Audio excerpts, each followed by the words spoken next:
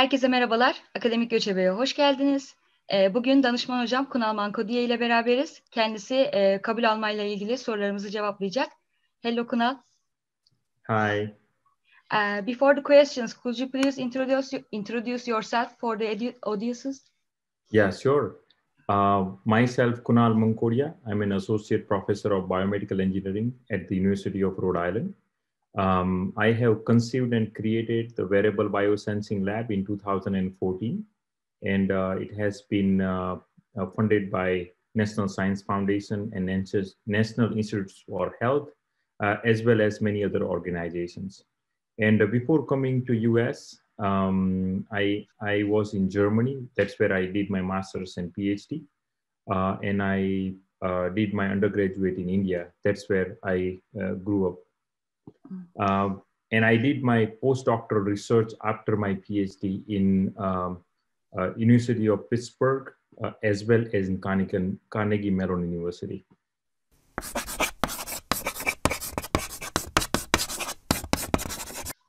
Thank you. As you know, students send emails to the professors to get the acceptance. I believe you are getting lots of emails from the students. So what type of emails do you usually reply to? Yeah, first of all, I do get a lot of email. That is true. And I believe that many professors like me, they receive emails, several emails per month, I would say. And particularly during the month of beginning of spring semester or during the Christmas break, you normally get a lot of emails. Now, a question is that what kind of email I look at, right? And it depends on the professor. At least in my case, I do look at more or less all the emails. I try to look at it at least if I have time.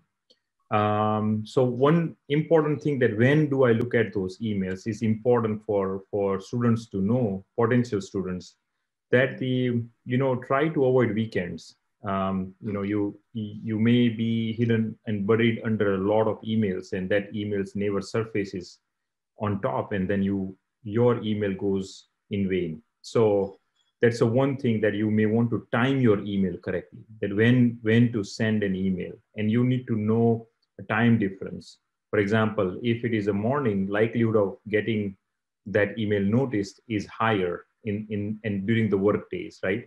So doesn't mean that the somebody is not reading the email in the evening, but again, you may want to time your email correctly. Let me take a look at my note if I have other thing. The other thing what I look at also, of course, if I look at the email, I would be looking at the contents. What contents mean over here? So contents is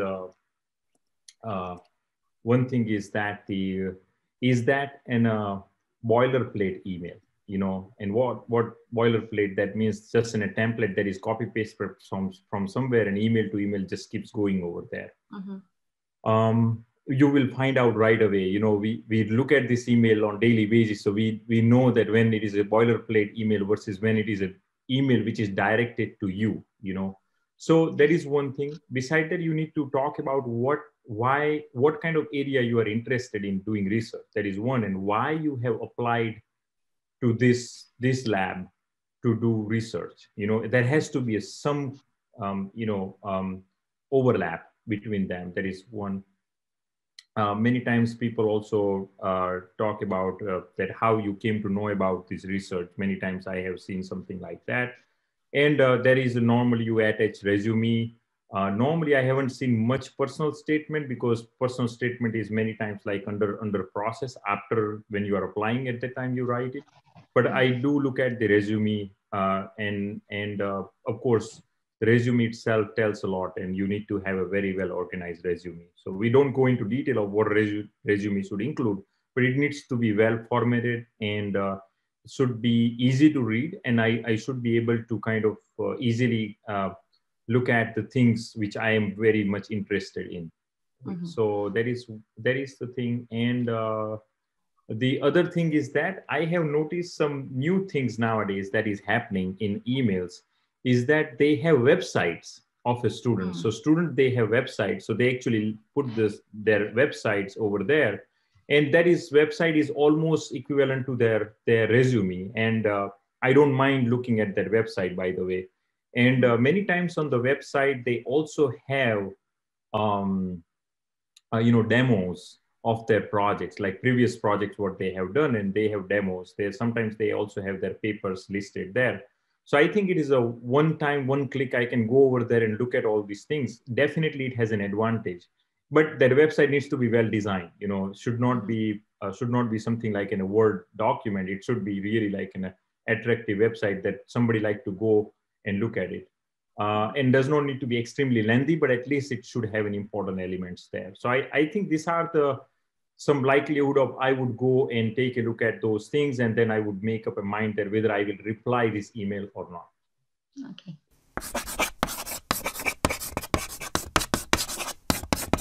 Thank you. So my second question is, how is the selection criteria for the master? How is for PhD? At least in my case, the selection criteria for masters and PhD, there is not a large difference, but in general, I definitely like to see what is the academic credential of that individual, like how well they have done in academia before, like if it is undergraduate, how well you have done, if it is masters, how you have done with that.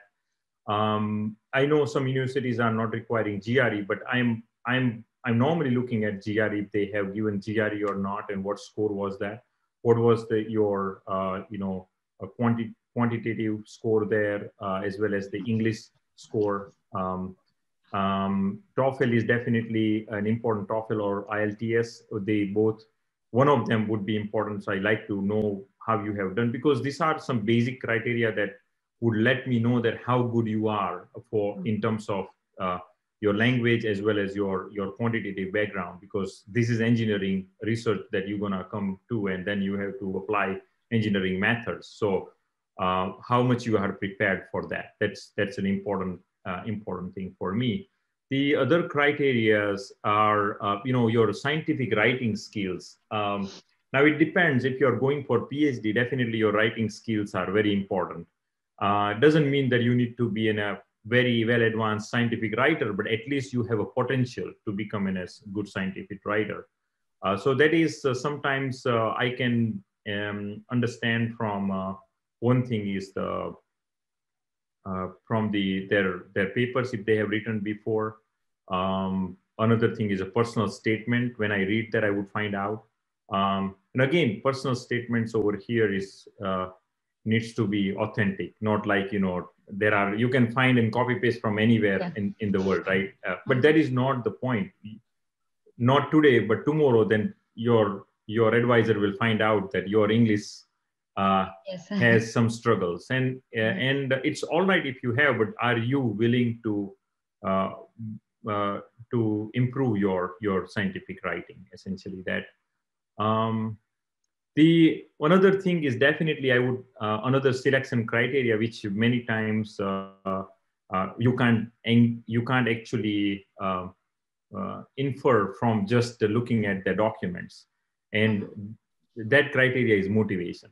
Essentially how motivated you are for doing research in the future, right? Or even right now, what is the hunger you have for doing research, and that I can actually investigate just from the talking to the individuals and asking them some questions that are like very relevant to their work, what kind of thing they want to do, and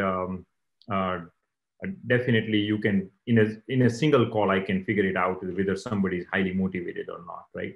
And the another thing I would say that and in that motivation sometimes you need to also explain about what do you want to see in the future, as you maybe after several years, what do you want to develop, right? What is that you feel excited about, that you want to develop something? And can it be a software? It is a hardware? Is it something that is specific, like in a design? What is that? That needs to be a little more specific when you are talking. Just general idea is not enough. you need to have a field that you have selected and you like to kind of develop something within that area. So I think that covers mostly the basic criteria. Now, if it comes to PhD, I think all of these criteria still holds true, but there might be something, you would go for more interview processes in that, because you will need to do more extra work other than masters, because masters you would do only master thesis and you are done, and then you will thinking that whether you will do PhD or not. But when you are coming directly for PhD, definitely you would have several thought process you have to go through. So I would normally I won't do only one interview. I'll go for at least 2 or 3 interviews with that person. Okay. And many times these interviews are more like a discussions, and it can be many times research-oriented discussions and we, at that time, we want to see that whether you have an in-depth thinking process in the research, right?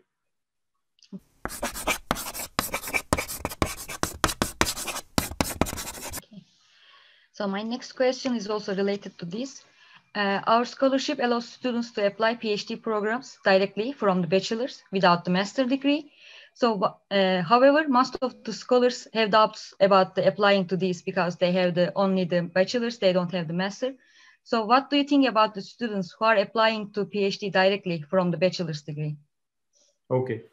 I think some of the criteria what I just talked about are almost similar. So if you are getting a scholarship, for example, that means your academic credentials are really good. Otherwise you don't get scholarship, right? So that is one thing. Second thing is you need to have an excellent GRE and TOEFL score. If you want to end up in a good research lab, right? So they definitely want to see you come with a good score in that.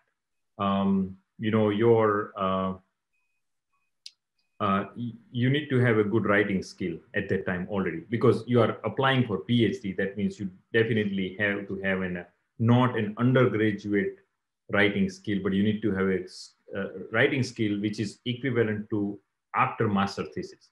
So in master thesis, you improve your writing skill. So how that can be evaluated when you are going for a PhD admission. So sometimes you would have also this writing skill could come from of course your papers, what you have written. Often your writing skills also can be gauged from your personal statement, and that have to be very well written. Another thing also, that during the interview process, your communication will tell us that how good you are in terms of your communication skills. So those are few criteria. If you have had an industry experience, let's say somebody has gone for 2 or 3 years of industry experience. Now, depending on what kind of experience you had, right?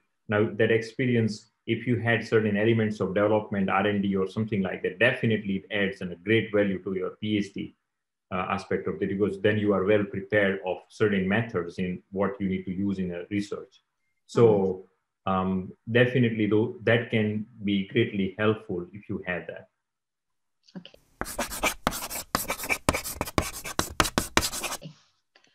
So we mostly covered the interviews, but the next question is about the interviews.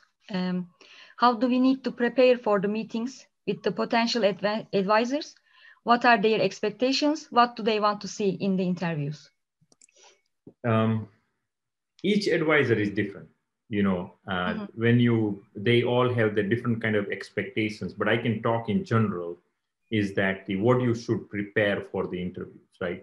So let's say that if you got an email saying that I would like to have a Skype interview with you, first of all, congratulations that somebody is interested in you, right? So that means they have found something in your resume or in your credentials or something in your email that they thought that this is worth giving time to this person to talk, right? So that is a good thing that you actually did a good job with your previous.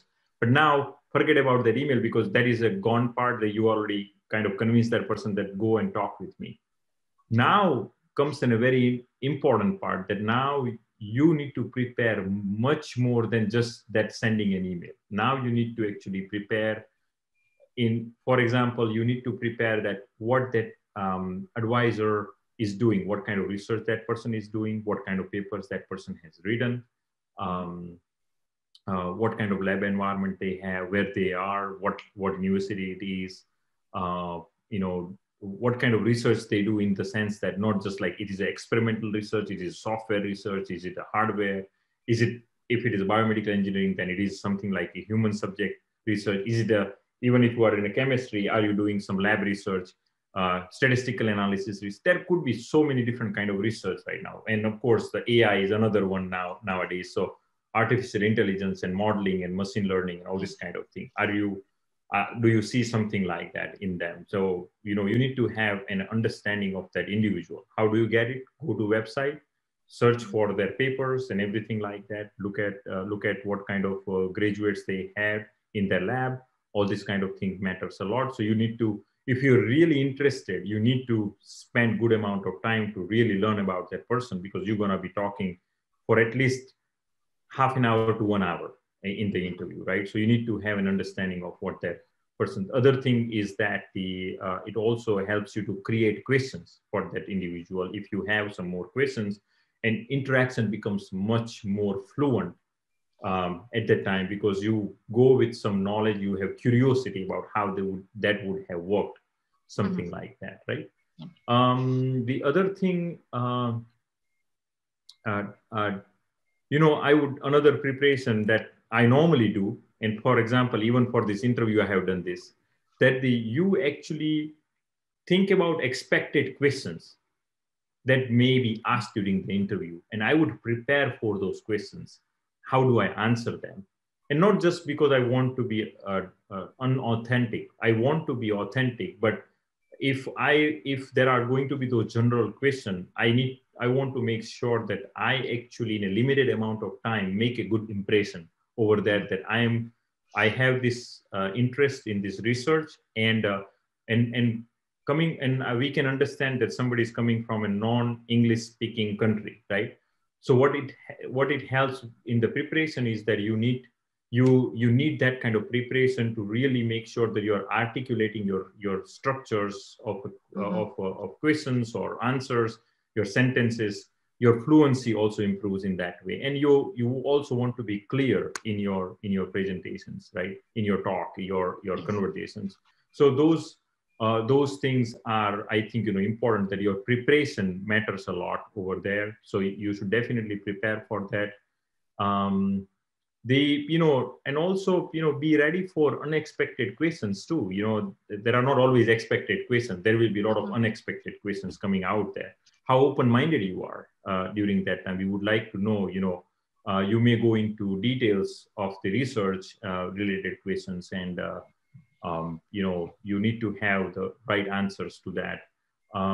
It's possible that you don't know something. You need to be open about it, that you don't know. Do not make up answers over there. Those kind of things are really important in the research, because you need to be honest and candid in your research. If you don't, then I think you're not the right material for research, because research is all about trying to find the truth, and trying to understand the processes. And if you're not having an objective mind, that doesn't work as a researcher. If you're trying to infiltrate the results, that doesn't work in research. We are not here to showcase that our work is only the best. We are trying to find out that whether the work is the kind of the methods what we have used, does it produce good result, bad result? Even if it is bad result, why it was a bad result? So we want to know that. So that comes from the personality. You have to develop that kind of personality, that you have a honesty in your conversations. I think besides that, of course, your communication is important. How good listener you are. That's another thing, that whether do you allow the other person to talk and elaborate more in detail. So the listening skills need to have as well. And in research, you need a lot of listening skills. So yeah, I think these are a few points I wanted to mention. I don't think again, each faculty is different, each professor is different, so they may have some different criteria, but these are in general would be helpful in preparing for interviews.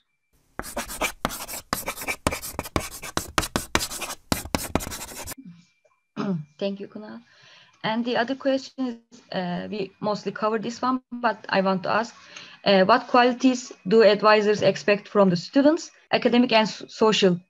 Which one do take the students one step ahead among the others? Absolutely. I think, first of all, how do you communicate over emails is important. You don't want to give an impression that you are a texting person. First of all, right? You don't just say, those texting words and single statements, and it needs to be clearly articulated emails always. Whether if advisor gives you like a texting kind of feeling, that's a different thing because they might be busy. But at least on your side, you don't want to portray that you are that kind of of course, you are a new generation people, but you do care about your research. You do care about your position, right? This position.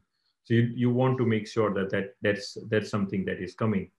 That's a communication part of that. Then another communication is your oral communication during the conversations, and you definitely want to make sure that you are extremely polite in your conversations. And of course, it's okay to be very clear in your communication and confident, but also at the same time you need to be humble to really make sure that you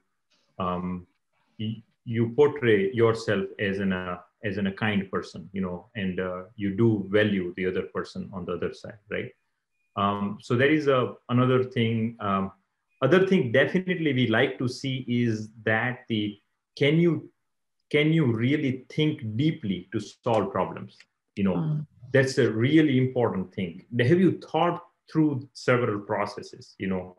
And let's say if you're going for a 1 or 2 interview or 3 interviews, something like that, is it possible that you can say that, can I come back in the next week and we can again meet, and at that time I would like to come up with all the background work, and again I can talk to you more about this particular problem and solving it, right? So I think that is something shows a thinking process. And of course you need to have already thought processes before that you have well planned during your interview. The other thing is that of course one of the expectations, of course, for the professor is that, are you hardworking, right? Research is no easy job, right? It's not a cup of tea, right? It's just it's really, really hard job. It sometimes you have to sacrifice your weekends and evenings. Are you ready for that? Are you going to meet those expectations in that lab? And you need to be either ready, or you definitely need to show that you are able to make that kind of commitments in your research. And that's definitely something that each and every professor would love to see, that because everybody appreciates hardworking student, right? And I don't think anybody would say that I would like to have a lazy person in my lab. Nobody would say that. And what it means is that definitely research it's a hardworking job, and that hard work also comes from the motivation. Are you having that internal motivation? Do you have that drive that every morning when you get up and you have that feeling that I will accomplish this tonight, right? And I will accomplish this month, I will accomplish this semester, and I will accomplish that PhD in this many semesters. So that kind of mindset, that kind of willingness, willpower, you need to have that. And that normally you can gauge it after several interviews from the person, perseverance, persistent, all this kind of thing are important. They are not just names, but you can see on daily basis when somebody comes to the lab and then they work. And many times you have to stand on your feet for long, long hours. Are you ready for that? Those kind of things, right? So that is definitely one of the most important criteria, I would say. The other thing is that, of course, you are hardworking, but along with the hardworking, how organized you are. Right? So organization is important. And are you organized physically? How you organize, for example, your lab, your environment, everything. That is one. Digitally, how organized you are, right? Like do you kind of have all of your files and folders and write up and everything is well organized? And do you need to take hours spending spending time in kind of looking for a file somewhere. So that is not called well organized, right? So, these are the few things. And many times you can find that out by conversing with people, that how well organized they are. Are you only thought leader? Sometimes people are only thought leader, that they would come with a lot of great ideas, but then execution is a problem. So many times you don't find out until the student arrives, and afterwards you would say, and it is not a good situation, by the way, when you arrive somewhere and then professor finds out after 6 months or 1 year that the execution is a problem. Then those students will be under trouble, because then the professors will less likely to actually continue funding for you. So you want to make sure that in the very first year, you ground yourself in the lab, and then you really execute what is required, because this is the most important time when you are actually establishing yourself as a researcher. And then things becomes a little more easier, because background, the context of the research, environment. Those things makes a lot of difference.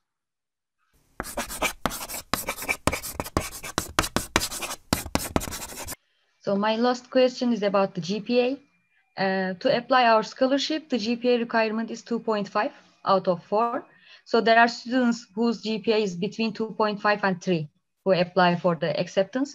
What do you think about the GPA? So how much it is effective for your decision, and how do you approach the students whose GPA is below 3? GPA is a little touchy topic, I would say, very sensitive. But I think in general, we definitely like to see GPA above average. Below 3 is little tricky. It is, I would say, many professors, I want to be honest over here, I don't want to sugarcoat. Below 3, less likely that any professor will take you, unless if you have a strong industry experience, and then you will say, I have accommodated all this kind of thing after my industry experience. So that's why I would definitely suggest that if you are in undergraduate, try to make your most out of that. If you are in a final year or something like, and trying to increase your GPA by your performance and hard work. But I think GPA does matter in general, and it does show that how well prepared you are in academically. But of course, if you really still think that you have a strong passion and you are able to do the research, even you have a GPA, let's say you had 2.7 or 2.8 or something like that, then you need to have a convincing power. That what way you can convince that potential advisor that no, I am that right person that you will be able to. Do you have those kind of evidence that you can fill that gap of not having enough GPA, but you still are that right person that who would be doing good research in the future. So I think these are a few points that can help. Okay. So that's all my questions. Thank you for your answers for those questions. Do you have any other comments or suggestions for the students? No, I think I covered it all, and wish everybody all the best for their preparation and submitting their applications, and hope you have a luck getting your interviews. And I'm hoping that this advice or suggestions what I have provided can help you in preparing for your future directions. Thank you so much, Kunal.